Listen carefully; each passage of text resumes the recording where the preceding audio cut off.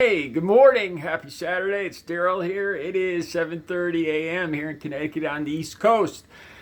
So I just wanted to say a little something about Trump coming on TV and talking about opening churches. My thoughts on that personally are: I think people really could use houses of prayer, places of faith opening up. Seriously, I think that would really help a lot of people. There's some people that are agnostic or don't believe. That's fine, but there's a lot of people that would find a lot of comfort in it. Plus, just the socializing, I think would really do a lot of people a lot of good. Um, that being said, and I think it shouldn't be a problem in most places. There's a few independent, smaller churches that are held in smaller rooms that might have a little problem fitting people in and spacing them out. But as long as everybody wear masks and space themselves out, it should be okay. And I think it is something people need. But like I said, that being said, my problem is with the way he went about it, the way Trump went about it. And one more thing I wanted to say here in Connecticut, the governor never closed the churches here. The church, all the churches and houses of worship it was up to them. There was the regulation that places with a certain amount of people, was required that you couldn't have a certain amount of people in any one gathering or building, and that was a rule. But there was nothing saying that churches had to close or anything like that. Not in this state. And so my understanding is it's up to the individual governors to make these laws, these rules. Okay, here's the point. When Trump comes on TV, it's, granted, I don't like him, and I do find fault with most of the stuff he does and says, as I do with this. Like I said, I don't know the individual, if there's stuff going on in other states that he's talking about. In this state, it doesn't seem to be a problem at all. It's up to the individual churches, as long as they follow the rules and they're safe about it. It's cool. It looked like he was looking for a fight. First of all, it looked like he wanted to stir the pot. He brought up the fact that liquor stores and abortion clinics were open, and I can't imagine I don't know about abortion clinics. I'm gonna have to look into that. I know that elective surgeries or non-essential surgeries were canceled. So I don't know. I don't know. So anyway, he brings this up, and it stirs up a whole pot. And he basically says that he's going to override. He'll doesn't matter what the governors say, he'll override it. To me, he just looked like a man looking for instead of us all working together. Especially when you're talking about faith in churches, just being a little less aggressive and belligerent about it, because that's the way he came across to me.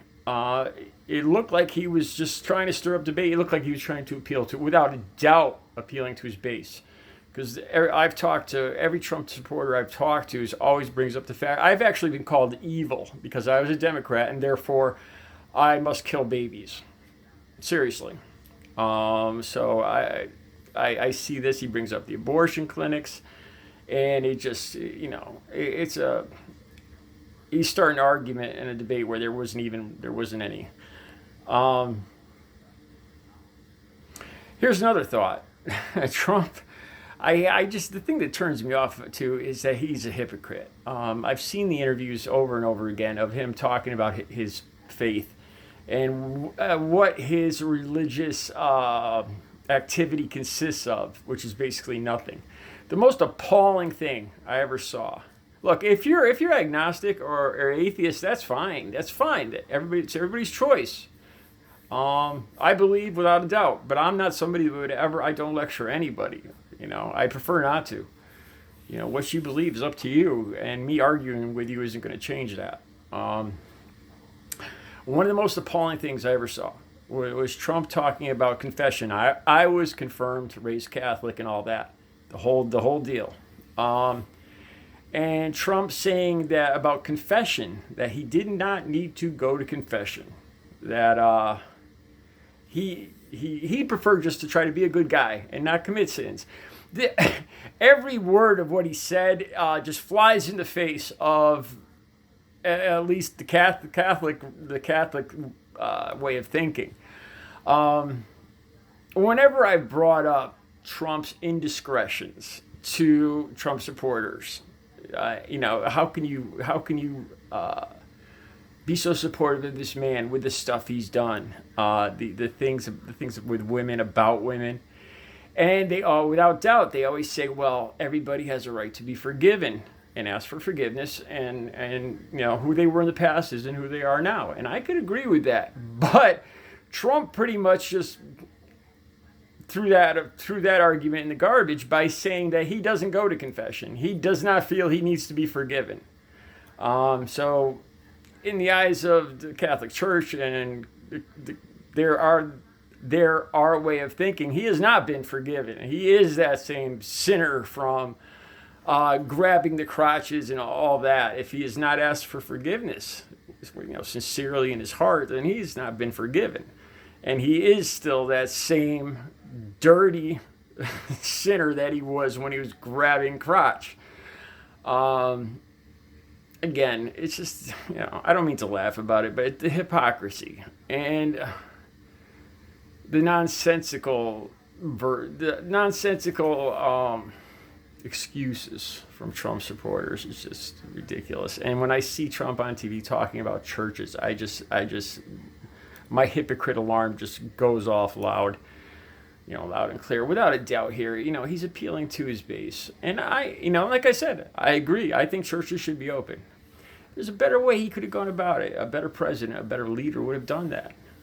If you're talking about faith and love and the church and God, you would probably try not to be belligerent and talk about overruling governors and abortions and liquor stores and it strikes me the wrong way. And like I said, and granted, everything he says and does strikes me the wrong way, but just my thoughts on Trump and his claim that he's going to open the churches regardless of whatever. Like I said, he looked like a man looking for a fight where there was none, looking for an argument, a debate where I hadn't seen one. Like I said, the churches are free to open here. So, all right, you guys have a good Saturday.